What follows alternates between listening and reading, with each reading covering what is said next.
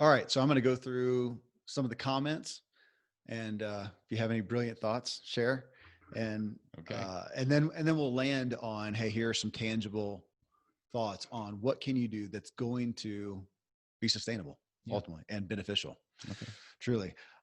Nicole Christine, she says, I'll be doing a 5-day health fitness challenge after Christmas. I'm calling it 5 days fit at home. Now, I know who she is. I think she's in the health and wellness and fitness arena. So she's doing that. But, it's still relevant just to do something, just something to look forward to, something to kick off, kind of a catalyst, get you going. Yeah. For No, the new year. I love the theme for today and the end of the year. So we're at the end of the year. So one of the things I wanted to bring up is that as you look forward to, in her case, 5-day fitness, there's also a reflection on what has 2020 been for your fitness. Did you do a fitness flop? We're totally not recording. I've never done that before. I'm so sorry. I'm ruined. I can't repeat the brilliance of Son of a gun. Hold on.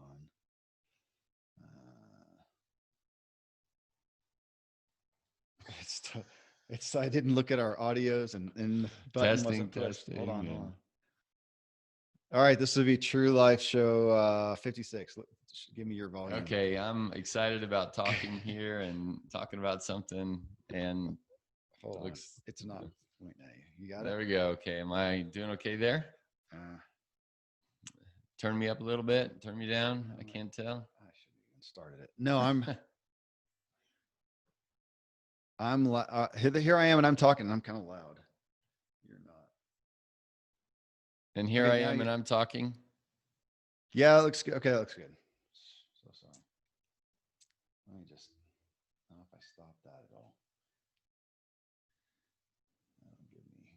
That'll make me wait. All right, let me try this one again.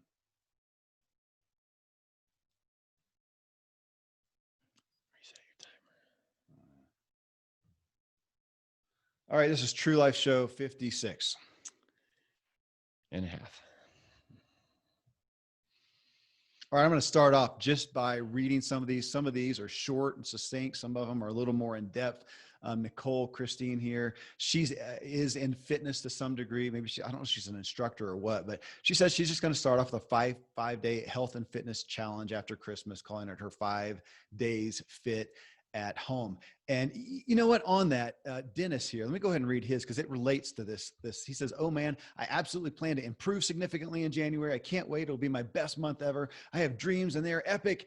Incidentally, this is the exact same plan I have in December and November and all the months prior. And in most every month, I was successful with my plan. Why would anyone wait for a calendar change to find this much hope and promise? Today is a great day to be great.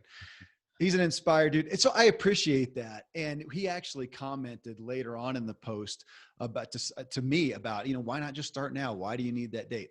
I get that. And he did mention that we often talk about cycles and seasons and things like that. And that is it. Even though New Year's, I've been critical in the past as well, like really you're going to wait for, but one, at the end of the year, Christmas, we often do imbibe. People, tend to put on some weight, not do as much exercise. It is hard with all the family stuff, one.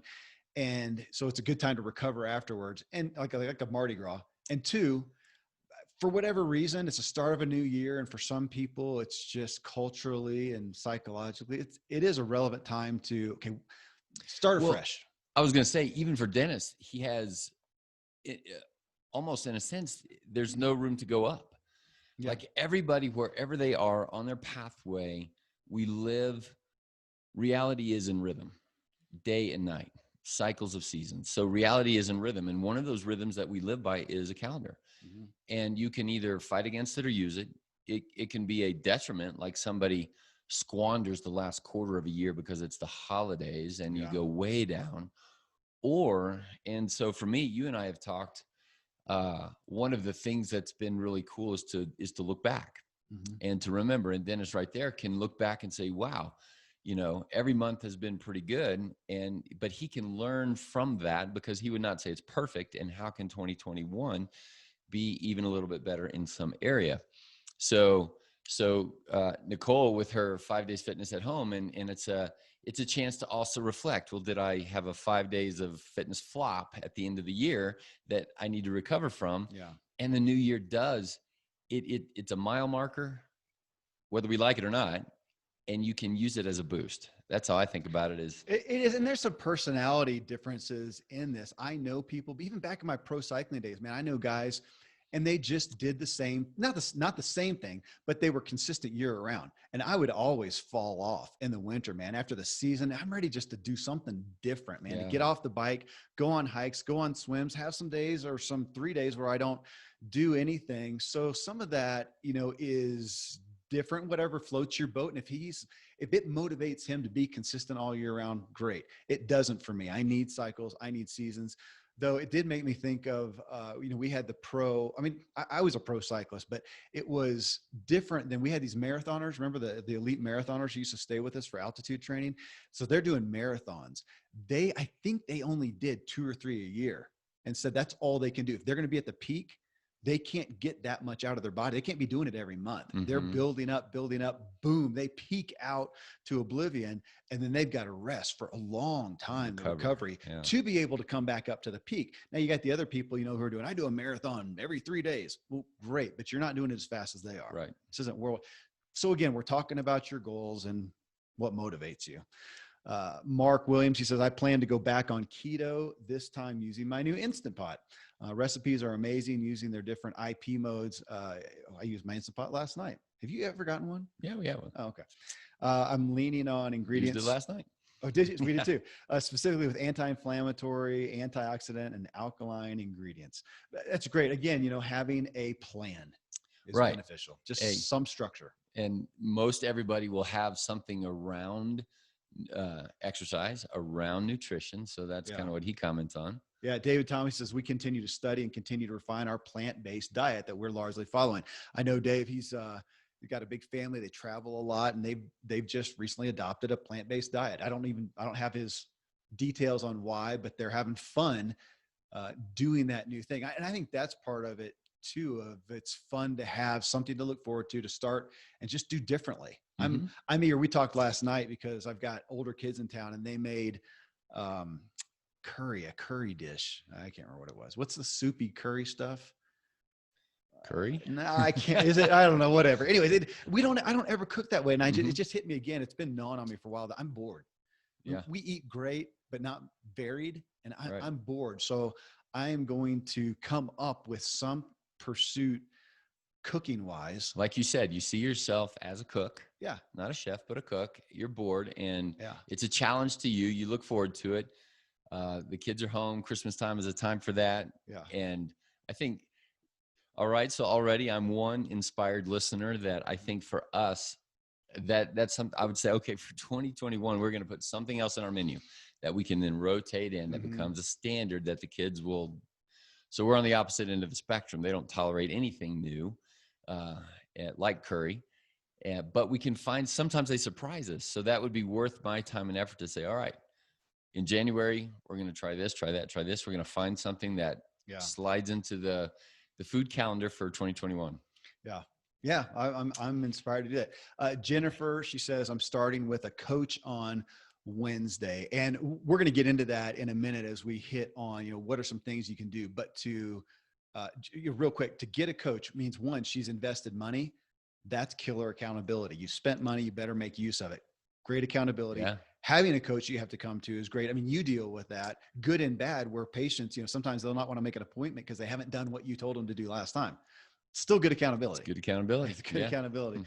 And somebody who tells you what to do. And I think we're in a culture, I know we're in a culture where more and more we're so busy, we're so distracted, we got so many decisions to make that we are more prone to success if we have somebody just telling us what to do. Yeah, no different than if you want to become a better golfer. It really helps if somebody is standing back watching you and saying, head down, elbow up, straighten your back out, those kind of things. And unfortunately, even from my perspective, I think that's really sad that the word doctor left the meaning of coach, which is what it means, more of a teacher in a Socratic method, and became fixer. Yeah. right? Like, no, she is not going to a coach expecting that coach to lift the weight for her. Yeah. But we go to a doctor saying, I have a pain and I want it gone. Please fix me. And there's a time and a place for that. Maybe if you cut your leg off, there's a surgical fix. But the reality is that a coach, a doctor ought to be walking with you, talking about these very things, about what is nutrition, what is exercise in your life, what does 2021 look Strengthening and like? preventing and teaching and not fixing. That's right. Holding you accountable, giving you a carrot, giving you a boot, just like any coach would. If you're trying to learn German, if you're trying to learn how to play basketball, that if we care about something, we get a coach. There you go. Kevin Helm. I know Kevin, of course, I know a lot of these people. He said, I made a $50 bet with my son. First to eat obvious sugar pays up. That's great. This is Tom Ziegler's thing. And he says, I'll get you to do anything. Guaranteed. Send me $10,000 and tell me what your goal is and the deadline on it. And if you achieve it, you get it back. If not only am I going to keep it, but I'm going to give it to a charity you hate or a politician or something like that. Give it to the party that you're against. Guaranteed goal achievement. Wouldn't you? $10,000? I'm not rich enough to just let it slide. $10,000. What you're saying is you just don't care enough. Apparently. Yeah. $10,000 though. And again, it's accountability. I have a $50 bet. A bet wouldn't be the right one, but I shared this with you in the past. So for my kids, if they can do their age and pull-ups, I'll give them $50. But I can ask them at any age and pull-ups consecutively. Yeah. If they can do their age and pull-ups, we maxed it out at 20. I was going to say, okay. All right. But I'm going to do 50 pull-ups. No, you got to max out at 20. I have to cut my legs off. But my son did it last year. Okay. So he was 13 last year and he did 13 in a row. I gave him $50. Now he kind of fudged on it because I asked him a few times thereafter, because if I ask you, okay, today, can you go do 13 right now? And you can't, you got to give it back to me. Nice. So it sustains the motivation to be able to do 13, 14, 15 pull-ups. Yeah. He hasn't done his 14 year. I think he gave up on it. But. Oh, that's awesome. Patty here, she says, I'm intentionally not working with clients between now and the end of the year so that I can focus not just on biz planning, but also on my own health and wellness planning. Yeah, your own life whiteboard. Yeah, that's great. I have not done that well this year. I haven't given myself margin. Ashley Logston, that's my sister. Nathan and I regularly do 100 push-up challenge. I think that's 100 in a day. Yeah, no, it's 100. The challenge I think is 100 a day. So you plop down and do, 10 or whatever. Do 10 times. It's been a while, so we're looking forward to adding it back in. We typically do a sugar fast for a month after the holidays to get our taste buds back in sync with tasting something beyond sugar. Mm-hmm. Yeah, I am celebrating and having fun imbibing, but I'm to the point where now I'm going, I have 2 weeks left. Yeah, you're looking forward to, and there again, like we said so often, I'm so grateful for the fact that I like Brussels sprouts. Mm-hmm. And I'm grateful for the fact that I can look forward to December with a little bit extra, not crazy, but a little bit extra, and look forward to January. It's like, wow, yeah, the challenge of the fast of whatever kind that is. Yeah. Let's see here. Jessica, Jessica Moyer, she owns a gym. She's a health coach and beyond. I signed up for a half marathon in January. I'll also be doing a fundraiser in memory of my son. She has a son that passed away. Terry Miller, that's my wife, addressing my weirdly shifting hormones. She's had such a great attitude. She needs a doctor. Now here, Vincent. Well, he's talking about sugar. I know Vincent too. I cut out sugar. I can still have fruit and bread on my birthday. I'm 26 days in. I'm committed to not consuming either until my next birthday. Wow. Mm-hmm. That's a big one. I don't even want to do that. that's beyond. But again, and that comes into, and let's hit some overalls. That my first thought is, we're talking about short term. A lot of times resolutions generally fail. They generally are short term. They're often too much. Mm-hmm. I think it's too much of a change. Well, like that one, like no bread, no sugar. Now, he's done it before, so I'm sure he will. He's a rock star. But for most of us, that I think that is one of the reasons that we fail with resolutions is because it's a short-term look. It's overwhelming. It's just kind of too pie in the much. sky. Yeah. Yeah. You talk about that with patients, what can you withstand? What is Yeah, it? What well, is, we actually use the SMART acronym, yeah. and sustainable, measurable. So be realistic when we ask the question, what is true life? And I facetiously ask, are you aiming at the Olympics and run a 4-minute mile? Well, no. So really flesh it out. Like running at 8,000 feet, a 10-minute mile, that's okay for most people. Yeah. And that's a pretty reasonable place to to try to get there. So set goals that are sustainable. I'm looking for that. We did a show and I can't find it right offhand on, is your goal Realistic. well, that, do you want to be in the next year? Do you want to be in the Olympics or slide into a nursing home? To look at, what is your goal? What is it you really want to do? And then, of course, the thing that I would say, because it's the title of my other podcast, motive, is what is the why? Yeah. What is your reason? Why do you want to do that? Because if it's a should, I just should lose weight, well, it's not going to stick. Don't even try. If it's a should, what is that avatar? What do you want to look like, feel like? What level to perform? What capacity you want? And matter of fact, on that. So here I'm just going to read this. I pulled this off, but it says, Doc Morris, a European pharmaceutical company, is tugging on our heartstrings this holiday season with an emotional ad called Matters of the Heart, featuring an older man who lives alone. At the start of the video, we're introduced to the man around Christmas time, see him lingering over photos of his family on the wall of his home. And I saw it. So he's kind of just decrepit, shuffling along. He ventures into his garage where he finds an old kettlebell weight. And so he begins a montage in which he attempts to lift the weight every morning as his nosy neighbors. You got to watch it. It's really cool. Yeah. So he's lifting it in front. What would this be, like a front raise or something like that? So he's lifting it up in front of him, which for a lot of people, man, that's hinging on your back and stuff. So for an older person, you don't do that. So he's doing it and trying to lift it up above his head. And that's the only thing that he does. And it shows him getting, not even getting fitter, but you can just see him brighten up. And he goes from his old man clothes, and then all of a sudden he's in workout clothes. And then his neighbors, who are kind of scoffing at him, that, kids come and join in with him. And then there he is. He shows up at it looks like his daughter's home.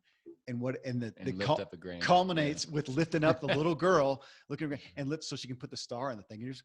And it makes you teary-eyed. That's a reason. So that one little reason. So if we look at everybody and say, what is that, one little reason that you can key in on, embrace, and knowing why you are doing this.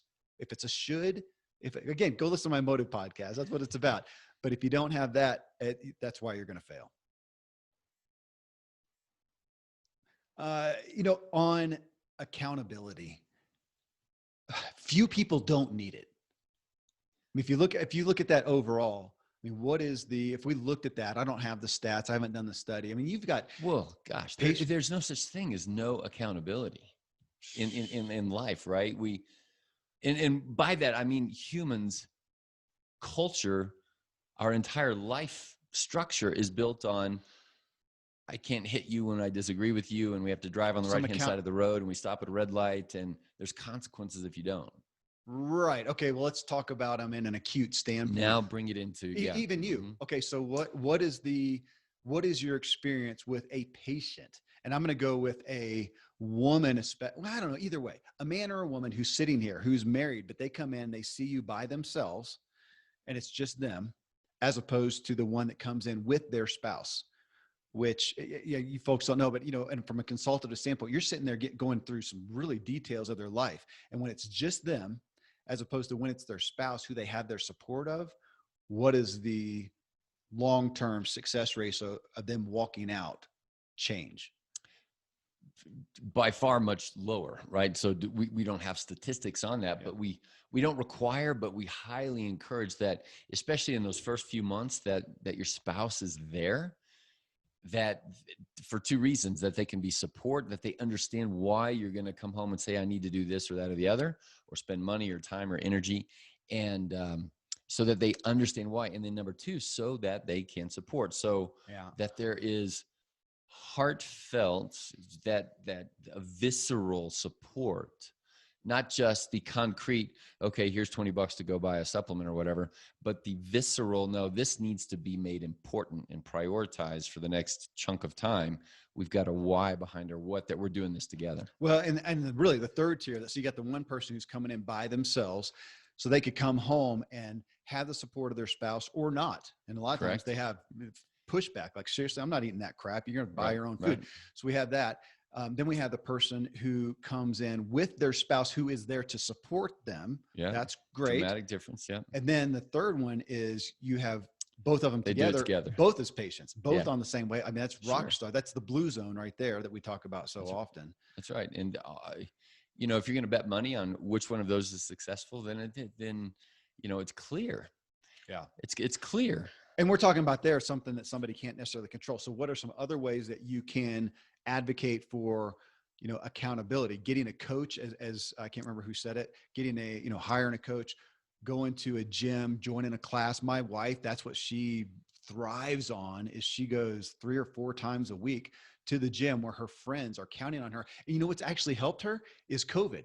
Because I mean, at first it knocked the gyms out, but when it opened it, now it's limited. So she doesn't just show up. She has to sign up ahead of time. Well, now when the alarm goes off, you she's can't going, take that slot away from crap. somebody Yeah, else. And she does. She literally feels Yeah. guilt if she doesn't show up because she knows she took the slot away from somebody else who couldn't get into it. Yeah. So it's been great, man. And she's going. So how can you foster accountability? Join in a group about any exercise or diet thing. You can find a group. If not on, well, I was gonna say, if not online, in person, though in person is kind of knocked out currently for a lot of people in a lot of ways. But in fact, I haven't told you this, but we're getting ready to start in the new year. I haven't found a good name for this, but these are people that really need to lose weight. So they're in the, you know, BMI of 30 plus. They really need to do it. And they have said, I really, really want to. And I feel shame in my own self that I haven't worked harder to pull these people together. And one of them moved away, and part of her living here in Colorado, the success of her past was related to the office and just being here and checking in with Jane and doing the BIA. And so I said, okay, and we're going to hinge it on fasting. So in the new year, and we've already committed, okay, don't have a binger, right? Just stay the course, enjoy Christmas. But in the new year, you are committing to working yourself to 3 days in a row per week. Wow. Every week for 90 days. Wow. So that's 3 months. That's so significant. January, February, March. And at the end of that, so April, we're going to have a party, online party of, you know, before and after pictures. And that's vulnerability, right? The what your wife just did. I vulnerably put my name out there. Now I got to step up to that. Mm-hmm. And the accountability, and more than accountability, the corollary to that is the camaraderie, that we're in the battle together. We're in the foxhole together. We are in this together. The blue zone kind of a piece that for many of the blue zones that we talk about, that, hey, we're in this together. That's not actually overtly said. It's just the culture you swim in. Like, of course we're in it together because that's what we do. In America, we're sort of fractured all over the place. And now with COVID, we've lost some of that togetherness or whatever, or we're looking for ways like Terry did to find it in an even better way. Well, I love that word camaraderie, because that is the heart of Peloton. Yeah. And, you know, I've been promoting hydro, and yeah, her biggest thing out of the class is the camaraderie. She goes and sometimes they go out to coffee afterwards. And I'm part of this, a couple different mountain bike groups down in the Springs and the Front Range. And it's one of the most consistent posts is, hey, I'm going riding at whatever trail at 2 p.m. Anybody wants to join me? I mean, I would never do that. I'm looking to go on the trail when nobody's going to be there. Right. But so many people want camaraderie. It's so powerful. So yeah, wherever you can find that. Well, let's talk into some of the specifics. I mean, if we look at 3 areas or a few of the areas, these core areas, I mean, food obviously is probably, I assume it's the number one New Year's resolution. I mean, I'm going to get squared away, lose weight I'm going to lose weight is the number one. And even, I know last year I looked at some of the top searches, and just getting healthy was one of the top Google searches out there. That really frustrates me. Because what is that? Yeah, I know. Yeah. It's the top reason why people would ultimately sign up with me and pay that time, money, effort, energy. And I say, okay, what are our goals? I just want to get healthy. And I roll my eyeballs at them. And we've talked a lot about it on the show. Yeah. What does it mean? But there you go. I want to get healthy, to not get COVID, to not do this and that and the other. But goodness gracious, what does that mean? Well, so maybe there's step one for everybody out there. If that's your thought, I want to get it. What does that look like? What does it mean? And again, for what reason? Well, I would even today, like as people are thinking about this, and I hope this sticks in their mind, that if you're developing or contemplating in your mind a New Year's or just a time chunk resolution, I resolve, that rather than, okay, what do you resolve? The first question is going to be, why? Like when people ask me, But how people, much vitamin D do I need? I'm going to say, to do what? exactly. Well, again, that's why I have an entire show now devoted to this. And that's what my book is going to be. We do not culturally, we look at the end goal, we, set goals. Okay, this is this. And we don't ask why. And so often the why we are not in alignment with. Correct. We don't That's understand. right. We're not in alignment. We're not solid on it. And when you do, it of course changes everything. So that's my focus. So yeah, to start off there of why are you wanting to do that? Why would you want to, I'm going to fast. Why? Yeah. Yeah. And get again, like that commercial, with the pithy little perspective, but well, that grandpa had a great why behind his what. And we've talked, one of my patients said, I don't want to be grandma on the couch. Yeah. Again, I want to be grandma that can get off the floor. Yeah. Or you can get on the floor in the first place and play. I can't get on the floor and then get back up. I can't get up, honey. I don't want to be grandma on the floor. Yeah. Well, so again, and that's probably the most important message of this whole thing is to know, why do you want to do these things? But when you look at food, I wanted to just kind of throw some things at you and go down through and what are some relevant, everybody talks about, diet and lose weight. Well, how do you want to do that? What's going to be sustainable? What's going to be relevant for you? We have a lot of people that talk about, I'm going to do a cleanse. I'm going to do a detox, which has. I don't like that word either. Really? Which one? Either. Yeah. I mean, because, and to just speak into that, I do think it's a good idea that people do that, because what they mean is I'm going to change doing what I'm doing and I'm going to do this other thing and I'm going to call it a cleanse.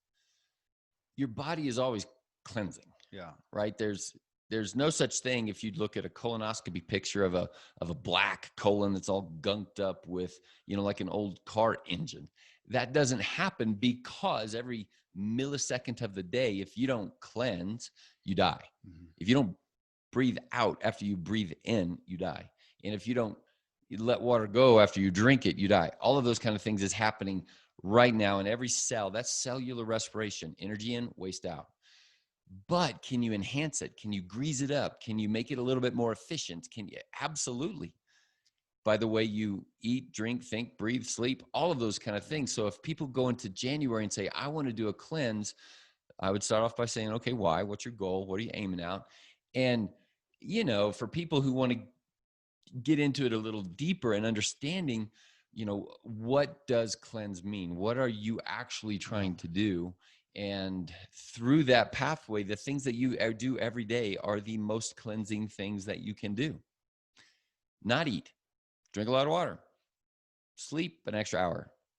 People don't think about that. They want to go buy a product and get it down. And what I thought about this was, I do think give my body a break. Right now, I am consciously taxing my body by eating foods that, some foods I think they're not good for anybody, but some that I know are bad for me. My body reacts poorly to corn and corn products.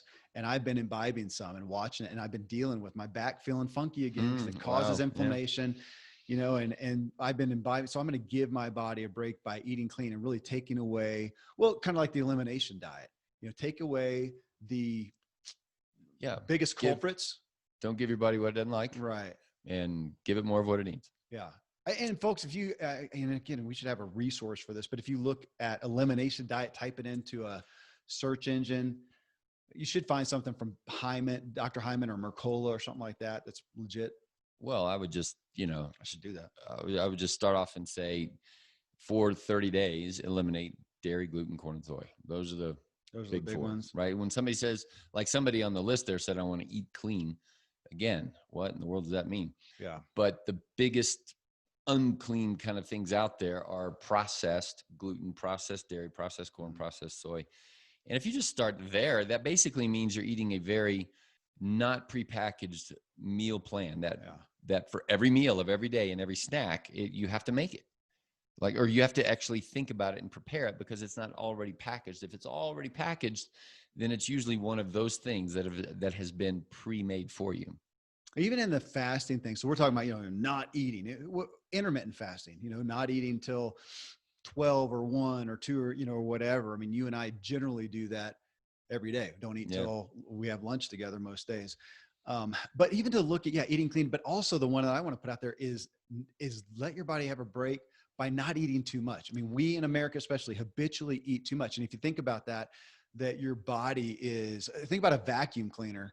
It's sucking stuff up, and as it gets fuller and fuller and fuller, it's having to work harder and harder. You can burn a vacuum cleaner out if you don't, empty it and give it a break. To think about that, of how much we're eating. We overeat in America. We just had a supplement guy bring us Chipotle the other day, and I got that, and I enjoyed eating it all. As I realized that's way too much.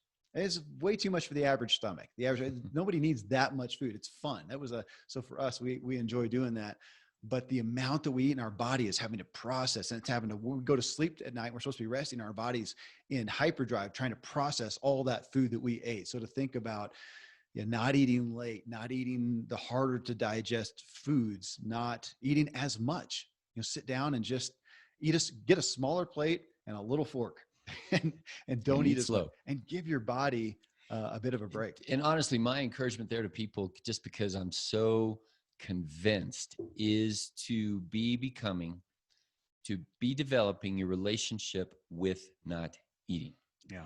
That also gives you a little bit of leeway to, when you do overeat over here, if there are days in the week when you are unfed and for a longer amount of time, then that's better. That sort of ameliorates when you overate over here. And most Americans are in a constantly fed state. Mm-hmm. So for us, and I've been kind of trying to teach the kids, and really for patients, I say, look, there's no such thing as a snack. Don't snack. I mean, really, that you need to eat something between lunch and dinner. That's boredom. You're not hungry. We can categorically prove that you're not hungry. You're bored. You need some entertainment. You need, whatever else. That's what a snack is. And if that's once a month, okay, it's fun. See it when you go back to the why behind your what. Why are you eating this snack? Well, it's fun. It makes me feel good. Yeah, I'm bored. I'm sad. Honest, I'm whatever. And on the flip side of it, just say, don't snack. Get your mind on something else. I do it. I mean, I've got snack stuff in here, and a lot of times I'm working and I just realize I'm kind of slogging through it, and my mind just wants a dopamine hit. That's it. It's the only reason that I really have the desire to put anything in my mouth, and I try to go get a beverage or something instead. But yeah. Right. But, so for the dopamine hit, is there a dopamine crash? Yes. There will be. Yeah. Well, on fasting, I read something recently, and I think this is common knowledge, but I just never really thought about it. And with intermittent fasting, especially, and it was talking about the concept of just delay it. Don't deprive. Don't get the mindset of deprivation out. I'm going to deprive myself. I can't. And I'm just going to delay. I'm just going to delay eating. Instead of thinking I'm going to deprive myself of breakfast. No, I can't eat breakfast. Don't say can't. I can't. Yes, you can, but you decided not to. I'm going to wait to eat till noon. Just going to delay it a little bit. No big deal. Or I'm going to delay. I'm going to eat lunch and delay eating till breakfast. Or I'm going to delay eating from Sunday night till Friday night. Good God. I mean, but we've done that, I mean, it's just to put it off and give the body a break. And what's the why behind your what? What is the why behind the what? Yeah. So, I mean, again, as you look at all those things out there, because we could go through, and I'm sure people would like to say, okay, food, New Year's resolution, here's the best program to do. And it's impossible without knowing you. Figure out, I would go back to what's the best exercise in the world? Whatever one you'll do. Yeah. So same thing with the food. And to look at this, I think the biggest culprit is you look at something, you do it, and I'm going to fast, or I'm only going to eat green beans for a month, or I'm only going to do and you're not, that's, even if it is something you can do short-term, what are you going to do long-term?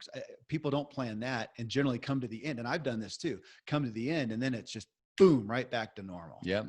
And no long, and then and that's where I gained it all back. Well, so, one more thing I want to do on food, another thing to add in there to think that would benefit people so much more. It just doesn't get that much publicity, is just slow down and be present. Don't eat on the run. If you're on the run, don't eat on the run. Don't stand. I have a stand-up desk over there, but well, this is terrible. I shouldn't be eating at my desk. I don't that often, but if I do, I at least put it down, try to take a deep breath. One of the best things though, you and I, 4 days a week, it's 12 o'clock and we meet on the deck, in your office, in the kitchen, whatever. We sit down and literally deep breath. Yeah. Thank you, God. Look at the mountain and sit there and eat slow. I think you and I are both good about take a bite of food. I do this at home with the kids, especially the little ones. Take a bite of food, not a gargantuan bite, but take a bite of food, set your fork down and chew.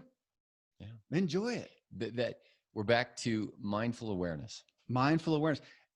Because if you're eating and you're not mindful, you are mindless. And the thing that I've said is, here we've made this great meal. We spent 2 hours making this, or however much time, Right. but or we spent $20 for sushi, Right. and it's sitting in front of you. That what a disservice to just hork it down. Right. Like, really, I'm going to bypass that. I want to taste this for 30 minutes. Right. I want to put it in my. I want to chew it, and it is goofy that we would make all that and just like, are you in a hurry? Is there a race? Do you get points for eating it fast? Or, the food must suck so much, you just have to stuff it in and not taste it, huh? Right. I was going to say, you want to speed through the enjoyment of it. You want less enjoyment. It doesn't make sense. It'd be like saying, hey, you know what? We can condense your Disney World trip into half a day. We'll put you run right through the thing. We'll take you on a motorcycle to everything. You can be done and back at work. Who wants that? No, man, I want to spread it out as long as I can. Do that with your food. Even one wait meal in those 2 hour lines. Yeah, one meal. At dinner. And again, we're blessed. I know this is not the easiest thing for everybody, but so many nights we sit down, especially right now in Christmas. Christmas time, everybody's at home and we get together. We conglomerate in the kitchen. We pray and give thanks. We fill our plates. We do it buffet style. So you fill your plate in there and then go back, which is another, you know what? That's actually, folks, you're listening. That's a great way, if you're eating at home, to not go back in for seconds. If it's not sitting on the table in front of you, go fill your plate up in the kitchen, then go sit down. And we've got music, we got dim lights, we got a dimmer on the thing, and candles and music. And it just facilitates deep breath and slow eating. Though there's always some kid who I have to say, are you in a hurry? Is this a race? Is the food so bad that you don't want to taste daddy's cooking? Yeah. So there's another. Oh, and supplements. And, I know you're smiling because we are coming out with a supplement line. We will be promoting to you shamelessly. We don't have it out there yet, but supplements, that's another area to look at. Where can you bolster your body nutritionally? And we've talked about that. Matter of fact, what was the supplement? I don't know. I'll have to look at it here, but we've got a show we did on supplements, and we'll be doing another one. Right. The supplement philosophy, at the end of the day, does it help to put extra omegas, vitamin D into your system? And I believe the answer is yes. In general, it sure does help. So episode 18. So do it. Yeah. And at the end of the day, why don't people do it? And they'll say, I don't know why I don't do it. And that kind of, me and you, we both have stories of, I'm not 100%. I don't know why I just chose to not do it. And that's a personal wrestling match that everybody has within their own mind. Yeah. Some of it's just faith. Some of it's getting the knowledge and having faith that this is good for your body. Just like if you go out on a walk today for a mile, if you don't exercise much and do that, what's the benefit? Do you feel better afterwards the next day? Maybe not, but long-term. But knowledge wise, is it better for you? You just took a drink of water. Is that better for you? Yes, it is. I'm going to do that. And we all don't forget to put our clothes on. We don't forget to stop at a red light. There are hard and fast lines and rules in our lives when it comes to nutrition, exercise, and these things. That's why we're talking about this. These are not hard and fast rules. Yeah. You don't have to. No, these are conceptual. So if we take this same thought process into exercise, again, what can you do? If you already exercise and you're consistent, maybe you want to throw something new and interesting into it. I'm starting to run a lot more. We got snow here. No, actually, I just invested. I just bought a fat tire bike. It's better in the snow, and just as much though, it just makes me excited to go and ride. Yeah. So I'm going. So now it's like, I'm supposed to go out when the weather's terrible. Well, that's great. Whatever. It's awesome. There's so much snow on the ground. I get to ride my fat tire bike. Yeah. And whatever does it for somebody, but to come up with something new. And I'll tell you that I had a lady in, I think it was a Ziegler show that I just recorded, and it was something about the new year as well. And she mainly just thought she's so excited about this new bike that she wants to get. She is looking forward to it. She is saving money. And I just love that it makes her excited. So whatever will make you excited about exercise, even back to, you said it a second ago, what's the best exercise? Whatever you'll do. So, I mean, to think about exercise. If you've been listening to our shows, you know that it's vital every day, moving your body. what can you do? What can you do that will be sustainable? What do you need to do to motivate yourself daily? Do you need to join a gym? Join a class like my wife does? I'm not ever going to do that. So I'm going to go buy, I bought gym equipment. So do you need to do that? Invest in money and get stuff at your home to get a workout to whatever degree. There's so many at-home things now. Well, and on that, so Peloton continues to just go through the roof. I've been promoting Hydro, which is a rowing machine, just like Peloton, where going back to, what's the word? Camaraderie. Yeah. That's the community. The community. I'm a Hydro guy. Yeah. I'm part of the Hydro group on Facebook, and they come on and talk to each other and commiserate and have, quote, relationships with the coaches. I love to take Amy's class, and it's such a good thing. And it keeps track of it every however many meters you do. They send, you get a water bottle, then you get socks, then you get a shirt or whatever. Speaking of that, I was going to show you before the show. So Strava, if it's mostly stuff where you're out. Well, no, I think they do cardio stuff. I think it does stationary stuff. But if you're riding, running, yeah, it does have cardio, walking, whatever. So I have a little wearable watch. Mine's the cheapest one of the cheapest ones. It's a Garmin Forerunner 35, I think. I got it on sale for $100. And then you've got the app that you can download on your phone, the Garmin Connect, and then it attaches to Strava. And Strava is like a community thing. So I have people that I keep up with, they keep up with me. So Strava just did their end of the year stats and sent me, Kevin, this is what you've done this year. It was awesome to see. I was so proud of myself to see how many miles that I've gone, how much riding, how much running, how much elevation. Yeah. I didn't look at the final thing. It was tallying up, and you walked in here and it was tallying up to make me feel good. And I've done well over 100,000 feet of vertical gain this year. I was looking, that's like going up Mount Everest. From base camp to the top is 12,000 feet. I'm gonna tell my kids, dude, I've done that like 12 times this year. I've gone up Everest. But it's really cool. Again, a thing to, what tool can you use to help bolster, whether it's a community or what is that, keeping up with just your stats, your progress? Awareness. Yeah. Feedback loop, like we use with neurofeedback, cognitive feedback. We use the negative side. If you have a feedback loop from a cop that says, well, you got to pay $100 because you didn't stop at the stop sign. And now we have car insurance companies that give you a benefit because you did stop. Yeah, that's right. Yeah. You get a lower rate. You save $20 a month because you do stop. It's brilliant. Yeah. It is brilliant. And it would be even more brilliant if we could tie you into your Strava, 100,000 feet of elevation. Wow. You get a lower life insurance rate, a lower health insurance rate because of doing that. And maybe one of these days, something like that will exist. And then you've got economic motivation too. Well, the person who did that, who uses Strava, and they live in downtown New York, and they live 10 miles from their office, and they bike to and from there. How much, when we look at the environment, what did they save the environment and bolster their health? They should get a tax cut. Right. They should get, so the government say, wow, you didn't drive this much. We're going to give you some kind of a break, right? Yeah. Tax cut. Yeah. Get benefits. And if you drive more, if you drive a big old diesel thing, then you pay a little bit more. You get hit. Yeah. That person who's commuting to work benefits our lives, benefits my tax dollars, the environment, the air that I breathe. Hey, on the Hydro, shameless promotion there, because I'm not an evangelist. I forgot what I am, partner, whatever. If you go to Hydro, it's HYDROW.com. You can use code Ziegler from my other show and get $200 off. So there you go. Cool. I wanted to mention just 5Ks. And I know there's a lot of people don't like running, but it's just one of the easiest things to do. It's the cheapest thing to do anything, to go swim, to bike, to go to a gym. It all takes more, I think, effort and expense than a pair of shoes. And you can go run. You can do it anywhere. You can do it theoretically anytime. For us living up here, sometimes when it's cold, it's just miserable to be on the bike. But I can go run. I've hardly ever come home from a run still cold. You warm up. Right. You can do it, and you can go at any level and do a 5K. And there's 5Ks, and there's going to be the guy on the line who's trying to win the prize money, and there's going to be the overweight person who's trying to finish it in an hour. Yeah. And everybody's cheering for him. Yeah. For my events, that's what I noticed, was standing at the start line just thinking, these are my people. I like being here. It's so inspiring. It's inspiring. Doing 5Ks, and I know they've been canceled, but there's still, at least in Colorado, there's still a lot happening. And that's just something anybody can do, a 5K, a 10K. And you try to, better your time, Compete or with yourself. compete with yourself, or just go have fun. There's so many people who have no care how well they do. They just Well, now they have the in Colorado Springs, it's the beer places. Yeah. The beer runs. Oh yeah. Yeah. Jack's or O'Quinn, something. yeah. Whatever. And you start there, everybody goes and runs and comes back and has a beer or 10 or whatever they do. But gosh, there's ones where you dress up, whatever. I don't like the big groups. It's not my thing, but I still do it. It's just still a fun event, and it gives accountability. I'll never forget a guy back with Free Agent Academy that I ran.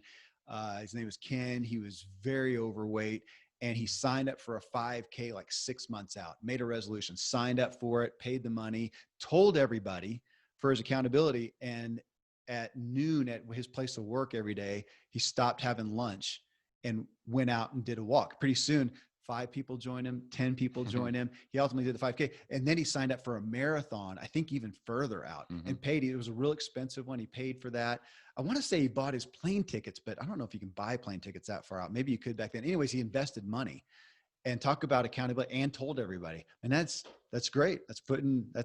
That'll help your efforts. That's the direction of his life. Yeah. And, and we're talking about exercise and movement. I did look back on this one, episode 7, 29, and 39 of the True Life podcast. We talk about different aspects of, exercise or movement. The last one we did, or recently on a show, we talked about even the mental benefit for some people of not calling it exercise and thinking of yourself as an athlete. Hey, this is what I do, or I participate.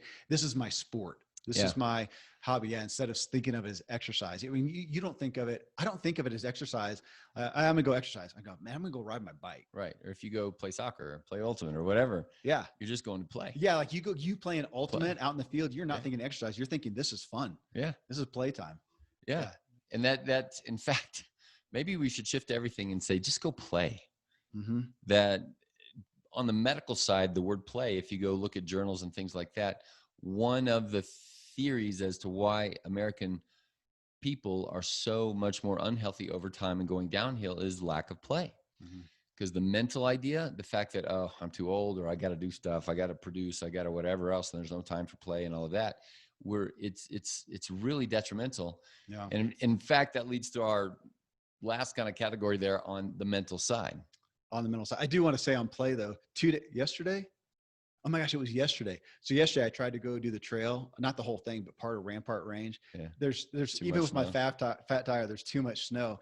And a couple of times I ended up on the ground. So I'm 50 years old, out in the middle of the national forest by myself, laying down in the snow.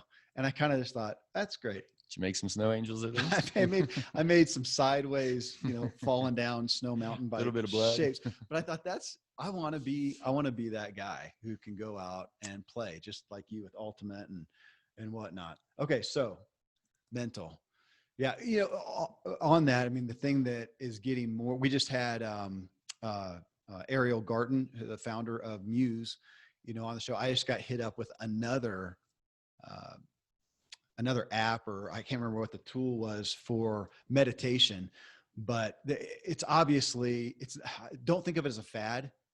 And don't think of it as a new thing. This is back what we used to do. This is Pascal back in the 1600s, 1800s? I have no idea. Pascal saying that one of man's biggest detriments is not being able to sit alone in a room for 15 minutes by himself. Right. We have lost, and then we've got all the stuff with screens and distraction to stop. Right.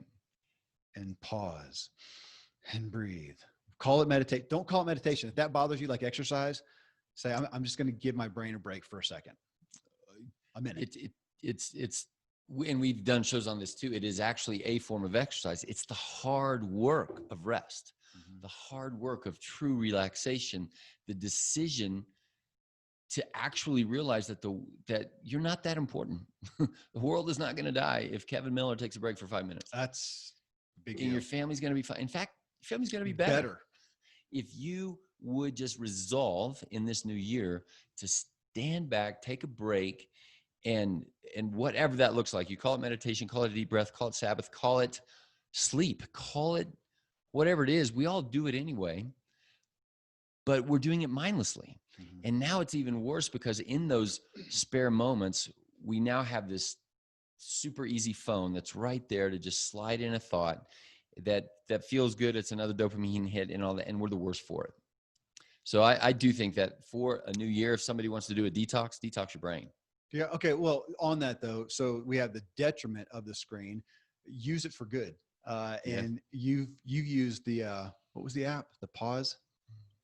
Yeah, Eldridge. John Eldridge had the Pause app as one way to do But it, didn't you have it set up? I think most of them do this to now. remind you. Yeah, it reminds you. So it pings you at a certain time, and that's your time to listen to something. So again, you can use your phone. There's so many. There's the Muse app, a giant mind. Shoot, Johnny Pollard. I had him on the Ziegler Show probably a year ago or something like that. But there's multiple apps. You know what I think is Muse. even better? Huh. I mean, not to downplay those things, but I'll use you and me in lunchtime. Like that is it varies whatever time of day we do it, and some days we don't. But when we do it, it's a pause. Mm-hmm. And it's life. It's not another electronic thing binging me to do something. Everybody has to go to the bathroom. If you lock the door and sit there, don't take your phone without your phone, or please, magazine or magazine or whatever, the world will be no worse if you're there for an extra minute even, and it will feel like an eternity. Didn't somebody, I don't know if it was you or one of our friends, I won't name or something, I swear somebody talked about that we know about going to the bathroom, and whenever they do, they do your business, put the toilet seat down and put the timer on 3 minutes and just sit there. No, that was me. Okay. Yeah, just you have to go to the bathroom. So let that be your trigger, your cue to just say, okay, deep breath, and now we all have to wash our hands longer. So there's the happy birthday song and all that kind of stuff, right? And then just stop. Don't, like, these are cues, these are triggers. Don't go open that door and just run right back into life. It is a moment for you to realign, reconnect, reconsider. Who am I? Why am I here? I'm getting ready to go see that next patient. Oh yeah. Say a little prayer for them. Your orientation of life, your orientation of existence will shift. Mm-hmm. And even on the scientific side, we can prove this through PET scans and brain scans and those kind of things. It isn't just hooey gooey pie in the sky stuff. And in fact, if people are sort of fighting against that, saying, no, I got stuff to do, whatever else, I'd be like, well, come on. Well, I'd go back to what you said. You are not that important. You are not that important. That the world I'm so needs sorry. you. Yeah, that's right. That is. And I dealt with that. The Superman complex thing. Mm-hmm. Seriously, I'm the world. We all want to be that important, but we're not. So yeah, to look, but just to that 1 minute, even to take 1 minute to think about how often.